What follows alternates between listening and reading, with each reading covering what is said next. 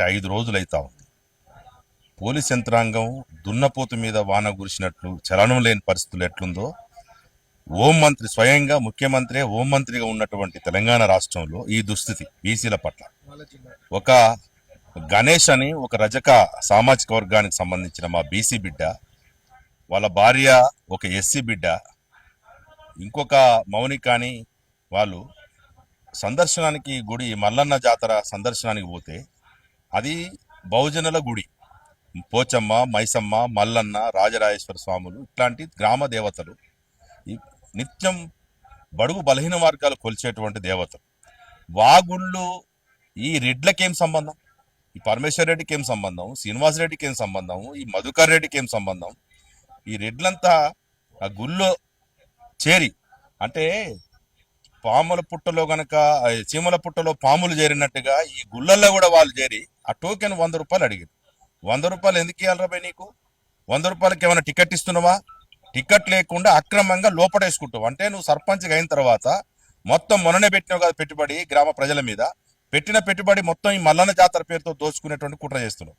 ఏమనంటే నాకు రేవంత్ రెడ్డి చుట్టం, తిరుపతి రెడ్డి చుట్టం, కొండల రెడ్డి చుట్టం అని చెప్పేసి రకరకాల కళ్ళబొల్లి మాటలు మాట్లాడుతా ఉన్నావు.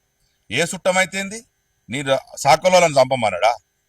పసికందలారని మొత్తం పసికందు 2 నెలల పాపని మానవత్వం ప్రపంచంలో ఏ మానవత్వం ఇంత కోశాన మిగిలిన్న ఇట్లాంటి పిల్లల్ని చంపి పైగా చచ్చిపోయినటువంటి తన్నులు తిన్న వాళ్ళ మీదనే ఆ పోలీసు అన్నట్టు డిఎస్పీ కేసు పెడతాడు. అక్కడ అంటే బాధితుల మీదనే కేసు పెడతావు.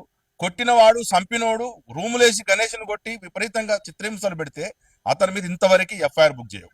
అంటే రెడ్ల మీద మాత్రం ఎఫ్ఐఆర్ లేకుండా ఏదైతే బీసీల పట్ల దళితుల పట్ల వాళ్ళ మీదనే ఎఫ్ఐఆర్ పెడతా ఉన్నాం.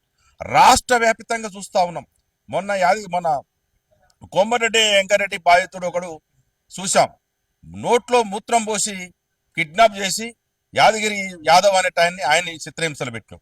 భరత్ రెడ్డి అంటోడు మంచిర్యాల దగ్గర విచ్చలవిడిగా విపరీతంగా కొడతా ఉంటే తెలంగాణ వచ్చిన తర్వాతనే ఇప్పుడు అట్లాంటి సంఘటన ఈ మధ్య కాలంలో విపరీతంగా రెడ్లు అంటే మొత్తం రెడ్లు కాదు, తెగబలిసిన రెడ్లు, దోపిడి కులాలు, అందులో ఉన్నటువంటి మంచి వాళ్ళు కూడా ఉండొచ్చు కాదనను, కానీ కొద్ది మంది ఏదైతే ఉన్నారో అక్కడక్కడ అహంకారంతో, పదవి అహంకారం, మదం ఎక్కినటువంటి అహంకారం, డబ్బు అహంకారం, కళ్ళు నెత్తి మీద ఉన్నటువంటి ఈ రెడ్లంతా కలిసి బీసీలని, ఎస్సీలని, ఎస్టీలని చిన్న చూపు చూస్తా ఉన్నారు. చిన్న చూపు చూడటం కాదు, మానభంగాలు చేస్తారు, హత్యలు చేస్తారు. రాకరికి ఇంత కిరాతకంగా చిన్న పిల్లని చూడకుండా కూడా గొంతు నిలిపి చంపేసి కాళ్ళతోటి, ఆ శ్రీనివాస్ రెడ్డి అంటూ కాళ్ళతోటి చంపేసి, అంటే చచ్చిపోతే ఆ పిల్ల పట్ల మొత్తం రాష్ట్ర వ్యాప్తంగా అగ్గాయి అన్ని సంఘాలు, పార్టీలకు అతీతంగా, రాజకీయాలకు అతీతంగా అందరూ కూడా నాగర్ కర్నూలు కుమ్మెర గ్రామానికి చేరుకుంటే అక్కడ డిఎస్పీ మాట్లాడతాడు ఇష్టం వచ్చినట్టు, మీ గ్రామాలకు ఎవరు ఏ సంఘాలు రావద్దు, ఏ రాజకీయ పార్టీలు రావద్దు, మొత్తం నేను పికెట్ ఏర్పాటు చేస్తా, 144 సెక్షన్ పెడతా అని చెప్పేసి మదం ఎక్కి మాట్లాడుతూ ఉంటావు. నువ్వు అంటా ఉన్నాం, మేము అంటా ఉన్నాం, నువ్వు ప్రజల రక్షణ కోరాలనుకుంటే నువ్వు రక్షక భటుడే అయితే అక్కడ అంత జరుగుతూ ఉంటే భక్షక భటులాగా మారుతావు. డిఎస్పీ నువ్వేం మాట్లాడుతున్నావు? ఎన్ని డబ్బులు తీసుకున్నావు మన దగ్గర? రెడ్ల దగ్గర ఎంత కమ్ముడు పోయినావు? నీ రేవంత్ రెడ్డి హోంమంత్రి ఉండగా నిన్ను నియమిస్తే నాగర్ కర్నూలు జిల్లాలో కూతవేడు దూరంలో కొండారెడ్డిపల్లి రేవంత్ రెడ్డి గ్రామం ఉంటే ఇంతవరకు చర్య తీసుకోవా? పరిపాలన ఇదేమన్నా ఏం జరుగుతా ఉంది? దున్నపోతూ పరిపాలన కొనసాగుతుంది రేవంత్ రెడ్డి. రాకముందు అంత పీకుడు గాని నల్లమల్ల బిడ్డ, ఆ బిడ్డ, ఈ బిడ్డ అని కళ్ళబులు మాటలు మాట్లాడి వచ్చిన తర్వాత మొత్తం బీసీలను కథం పట్టిస్తావా?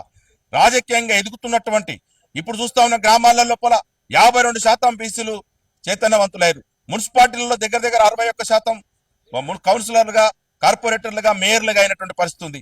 ఇప్పుడు జడ్పీటీసీ, ఎంపీటీసీ ఎన్నికలు కోసం సాగుతా ఉన్నాయి. కాబట్టి ఇదే స్పిరిట్ తోటి చెప్తా ఉన్నా, ఇంకొక సంఘటన ఎక్కడన్నా జరిగితే మేము అంటాను బేషరతుగా ఈ 24 గంటలు టైం ఇస్తా ఉన్నాం నీకు రేవంత్ రెడ్డి. ఆ రెడ్లను కనుక అరెస్ట్ చేసి లోపల జైలు లేకపోతే మీ రాష్ట్రాన్ని అగ్నిగుండం చేస్తామని చెప్తా ఉన్నాం.